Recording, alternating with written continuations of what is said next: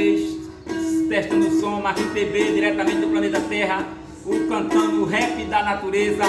Eu vivo na terra, eu sou terra, do começo até o fim.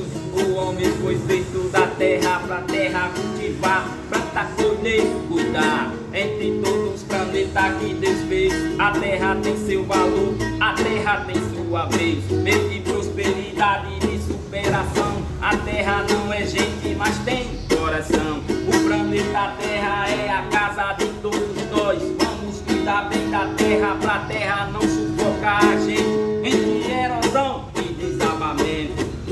O aquecimento da terra já foi publicado em todo o jornal. Muito discurso já foi feito sobre esse assunto, mas nada foi feito para parar esse mal. São muitos fatores que faz a terra aquecer. Um deles é destruir a natureza para enriquecer.